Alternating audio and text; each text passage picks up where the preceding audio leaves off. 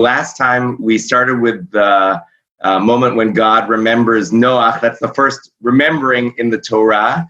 And at least in our Machzorim, the first pasuk is always the first time that the word is mentioned in relationship to God.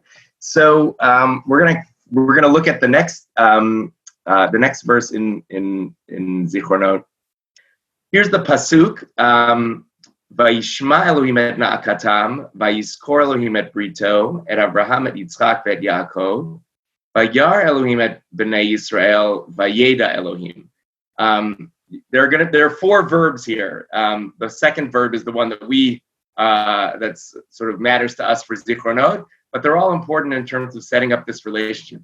God hears the cries or the moanings, translated at JPS. This is of Bnei Israel in Mitzrayim under slavery.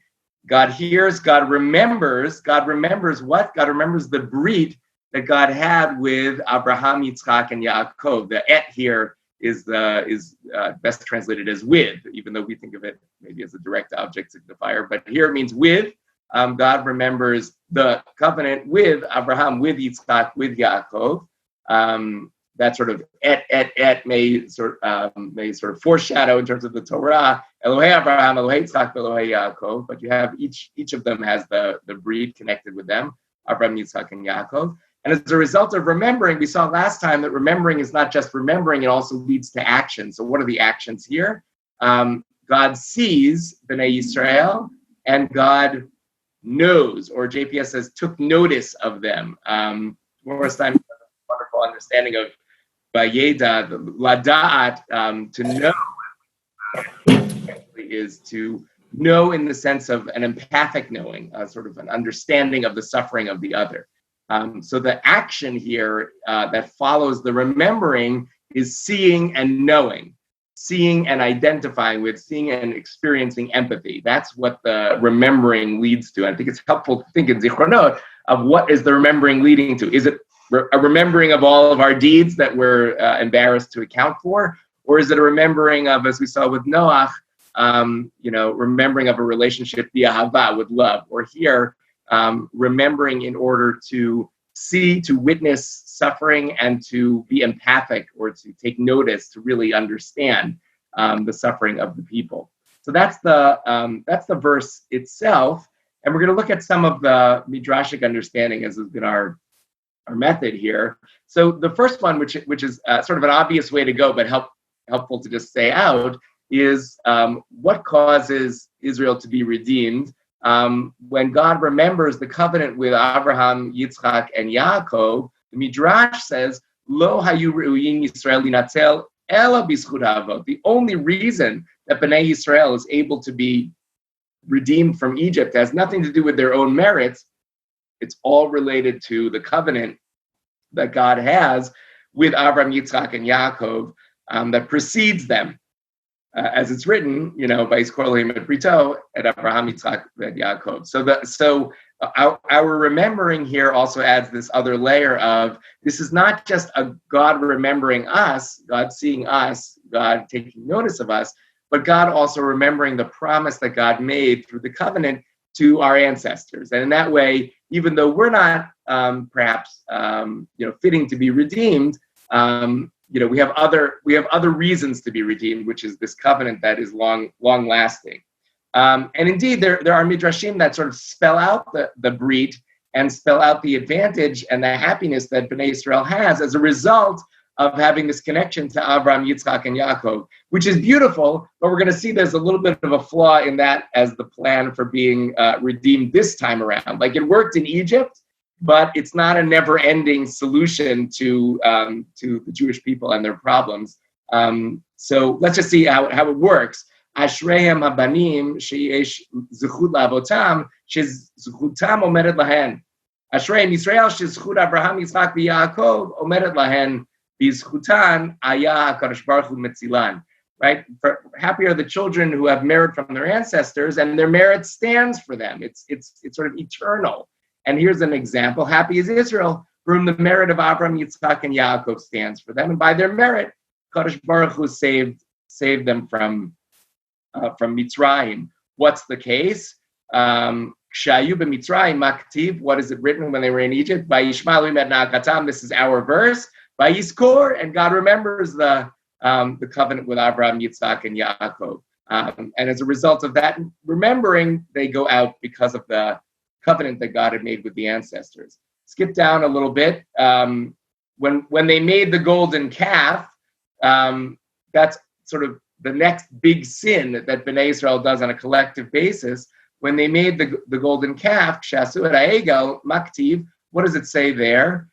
Moshe says, Zechor la'Avraham li'Yitzchak u'li'Yisrael avadecha. Remember your ancestors, Abraham, Yitzchak, your servants, Abraham, Yitzchak, and Yaakov. And that is the trigger that allows God to forgive the people, at least for a moment, in the sin of the golden calf. And similarly, in the days of Eliyahu, Maktiv Eloi Abraham Yitzchak Yisrael, when Eliyahu was praying for God to answer him in his duel with the priests of Baal, Eliyahu invokes Abraham, Yitzchak, and Yaakov, and that also seems to lead to the success of that encounter. And then this midrash ends, Kach bechol dor vador. So too in every generation, the merit of the ancestors is what redeems Israel. But the truth is, this is not a mainstream midrashic approach. That is to say, there's a time limit on the zchut avot, on the merit of the ancestors, or the covenant that God made with the ancestors as the reason why we are redeemed. And the Talmud is just one place where this gets spelled out.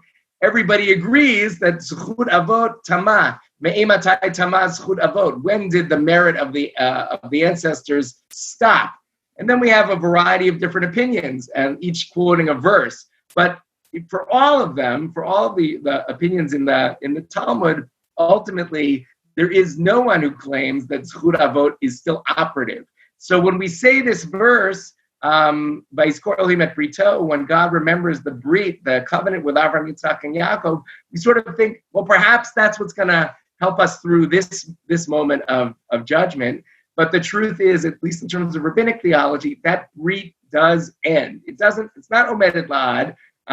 It's really something that already finished sometime in the biblical period. Okay, so what's left? If we don't have the covenant with Abraham, Yitzhak, and Yaakov as the thing that's going to save us in this moment, even though it did save us in the past, what do we have? So I want to end with one beautiful midrash, I think sort of speaks to the possibilities of what we have on Rosh Hashanah and relates it to this pasuk as well. Yeshua, quoting from Yeshayahu and from Psalms, Yeshua Adonai b'himatzo, seek God out where God is to be found. And David said in Psalms, Yeshua Adonai b'uzo, the rest of the verse, Bakshu panav tamid, seek out God's face always. So there's some sort of lidrosh and the bakesh, you're meant to sort of actively engage with the connection or the possible connection with God. Now, the midrash spells out, why does this have to be a constant tamid? Why do you have to always try to seek out God? Because God is not consistent in God's ability to be seen and to be found.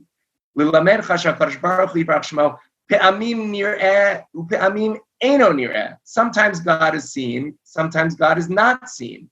Sometimes God hears and sometimes God does not hear. Sometimes God can be sought out and sometimes no. Sometimes God is found, and sometimes God isn't found. Sometimes God is close, sometimes God isn't close.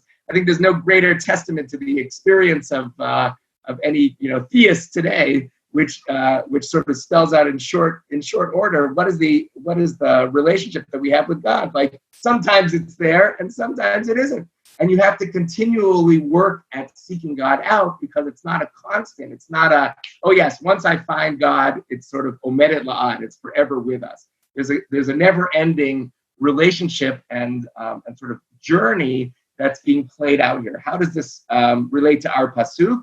Ketzad, how do we know this is the case? And then it runs through a number of biblical proofs, for each of these ones. God is seen to Moshe, Shene'emar v'diber Adonai el Moshe panim el panim. God spoke to Moshe face to face.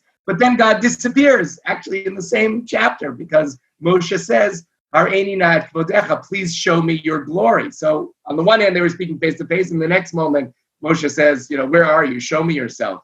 And so too with the children at Sinai, seen and then not seen.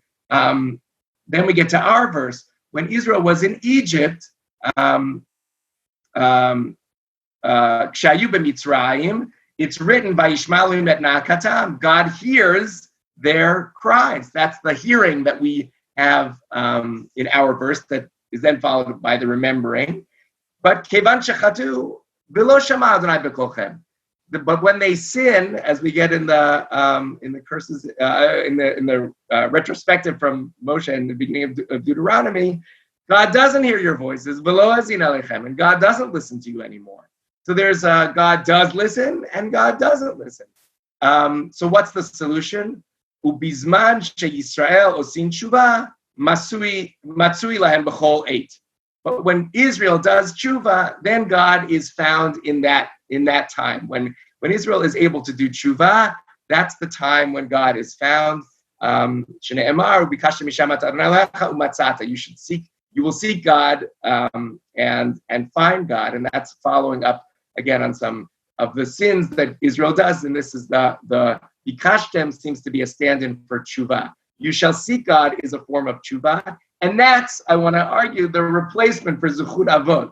So when we have the God remembers the brit of Abraham, Yitzchak, and Yaakov, that's the old system. When God could, when we could sort of, Ashreinu, we're so happy because we get to be saved just because of the covenant that God made with our ancestors. Nothing that we did. It's not because we were fitting to be saved.